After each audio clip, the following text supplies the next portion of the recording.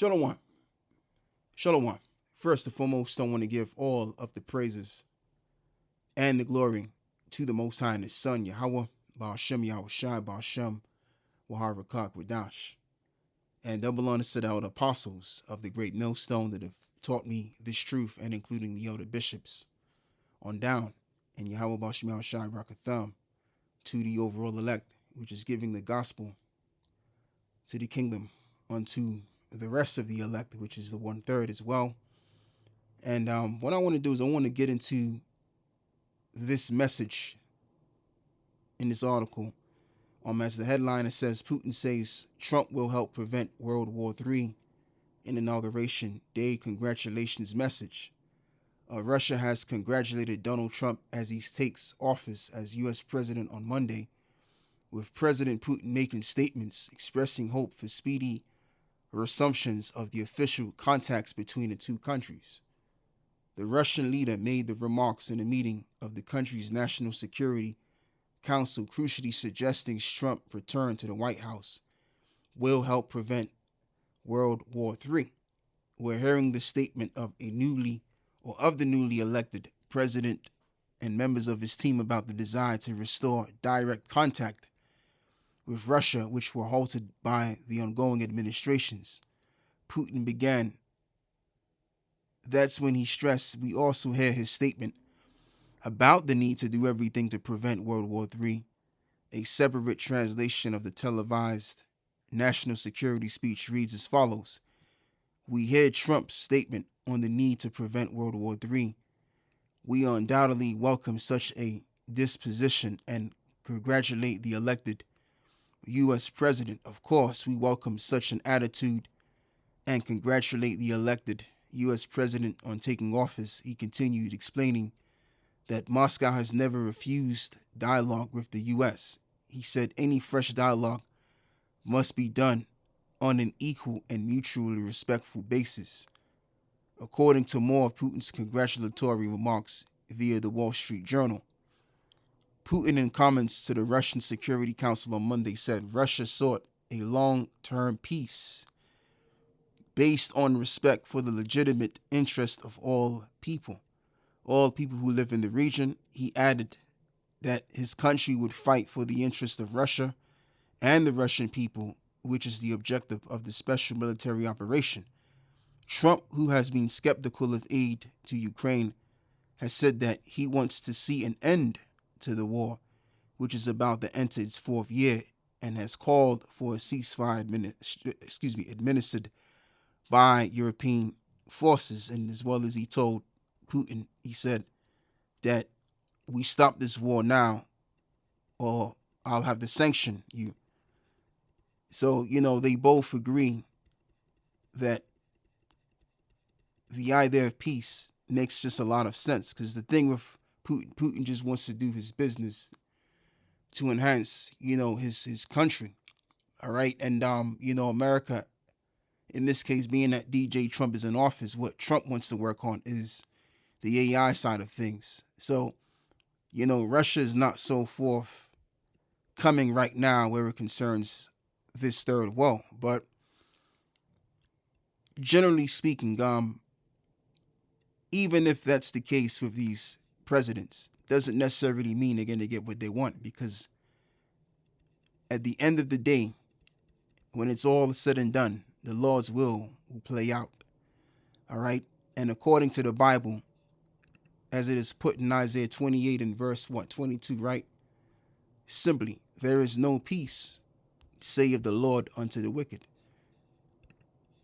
So whether Putin desires peace or whether DJ Trump desires peace, they're both Edomites. And as the book of Malachi puts it, that they are the wicked that the Bible speaks about, according to that particular chapter, Malachi 1 and 4, that they are the people that lie on the border that is the border of wickedness. All right, which back in the day they used to dwell in Edom, the land of Edom, but they no longer dwell there anymore. Okay, so they represent the wicked, so to speak. So according to Isaiah 48 and verse 22, there is no peace, save the Lord, unto the wicked. and that cannot be altered. All right.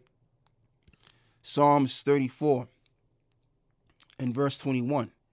Evil shall slay the wicked, and they that hate the righteous shall be desolate. And it's clearly evident that the Edomites have shown hatred against the people that represent the Most High, the righteous, who they know who they are to be. And, again, all you got to do is go back into the history in relations between so-called whites and so-called black people, what that was like. And, what you're going to find out is that they showed hatred. They shedded a lot of blood, and they showed hatred against our people for the most part. All right, let's look at the Americas. Look what happened to Gad and Reuben. All 50 of them states was taken by the Europeans when they came and interfered with those people there. Again, they came with great violence, and as well as they brought the so-called Negroes, whether they brought them from West Africa or Europe, against their will to be slaves. And how were they treated? They were treated in the most brutalist manner that you can ever think about. And this stuff that we've seen, and this other stuff that we probably haven't seen as of yet. All right. And showing how ill they treated us, man. So that's going to have to be taken into account. And the way that they're going to be having to get judged in those things, and just overall in totality, the wrongs that they've committed on this earth, they're going to have to go through the kind of judgment that's never been seen before, according to the multitude of transgressions that they have wrought. All right. And that's going to be that nuclear destruction and the returning of our Lord and our Savior, Yahweh Shai, which he's going to add insult into injury. He's going to bring his form of fire to the mix. All right. And in that they will be desolate, as it reads, and they that hate the righteous shall be desolate. The Lord redeemeth the souls of his servants, and none of them that trust in him shall be desolate. And here's the kicker. If these devils get what they want, the peace that they want, then guess what? We don't get redeemed. So in order for us to be redeemed, the wicked has to be destroyed. The wicked indeed has to be destroyed. All right. And they will be destroyed because they've done too much hurt. Okay. Too much was done, and much will be taken into account, like I said, just to simply put it. So as this reads in Sirach 33 and verse 10, and all men are from the ground, and Adam was created of earth. In much knowledge the Lord have divided them, and made their ways diverse. Some of them have he blessed and exalted, and some of them he sanctified. Absolutely. And the Israelites have been preordained to be exalted and to be sanctified and set near himself, which is our people, once again. But some of them have he cursed and brought low and turned out of their places. And that's going to be the destiny of all of the nations, especially the Edomites. All right. Right now, they're exalted, but they shall be brought low in the very end. All right. As the clay is in the potter's hand to fashion it at his pleasure, so man is in the hand of him that made him to render to them as liketh him best. Absolutely. And just like what it reads in the book of Romans, the 9th chapter, that they are what? The vessels of wrath fitted for destruction. So how can the vessels of wrath bring peace, even if they generally mean that's what they want? It ain't going to happen, man, because they're not made to bring peace. They're made to bring wrath and destruction, so much so that it comes upon their own pate. All right. And this is what the Lord has in activation as you speak. So what I want to do is I want to read verse 21 here. And that's why the Apostle Paul said this, because he got it from Sirach 33. That's just my guess. Don't take it as true. That's just my personal guess. Romans 9 and 21 now. Have not the potter power over the clay of the same lump to make one vessel unto honor and another unto dishonor. And there goes. The two sons that are fighting right now, Jacob and Esau. So, I mean, among Jacob and Esau, one of those sons are going to get what their heart's desire is, and one of them ain't. And as time's going to do the telling, we're going to see who's going to get what they want and who ain't going to get what they want. Okay? Verse 22, and what if the Most High willing to show his wrath and to make his power known, endured with much long suffering the vessels of wrath fitted to destruction. So there you go. And the Lord is going to make his long suffering and the vessels of wrath fitted for destruction. All right?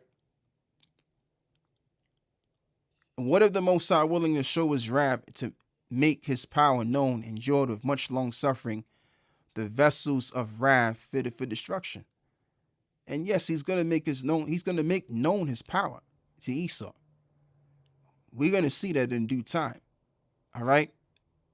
And why am I so certain that that's going to be the case? Because, again, we can read scriptures like Isaiah 63, Isaiah 34, all right, Revelation 17. I mean, you name it.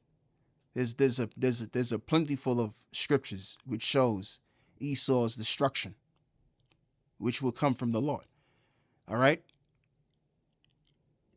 Psalms 37 and verse 38. But the transgressors shall be destroyed together. The end of the wicked shall be cut off.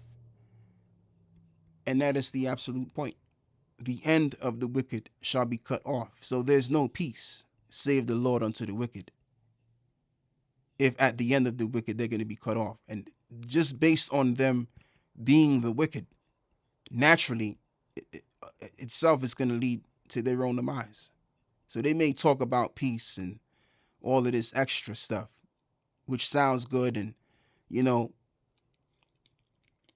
give a sales pitch to people and say things that what people want to hear. But the true intention will always be to that of war. All right? Because ultimately these devils, they'll always have that war in their heart. It's just in them. So they're going to make war regardless of what. All right? So, that's as far as I got to say about this. Really, there ain't no peace coming on this globe as of right now until the Messiah makes a second return. When Yahushua comes back, he's going to establish peace between the nations. But these nations ain't going to be willing their way in their counsel to establish peace. That ain't going to happen. All right. And one last precept that I want to read. I want to read the book of, what is it? I think it's Proverbs 21 and 30.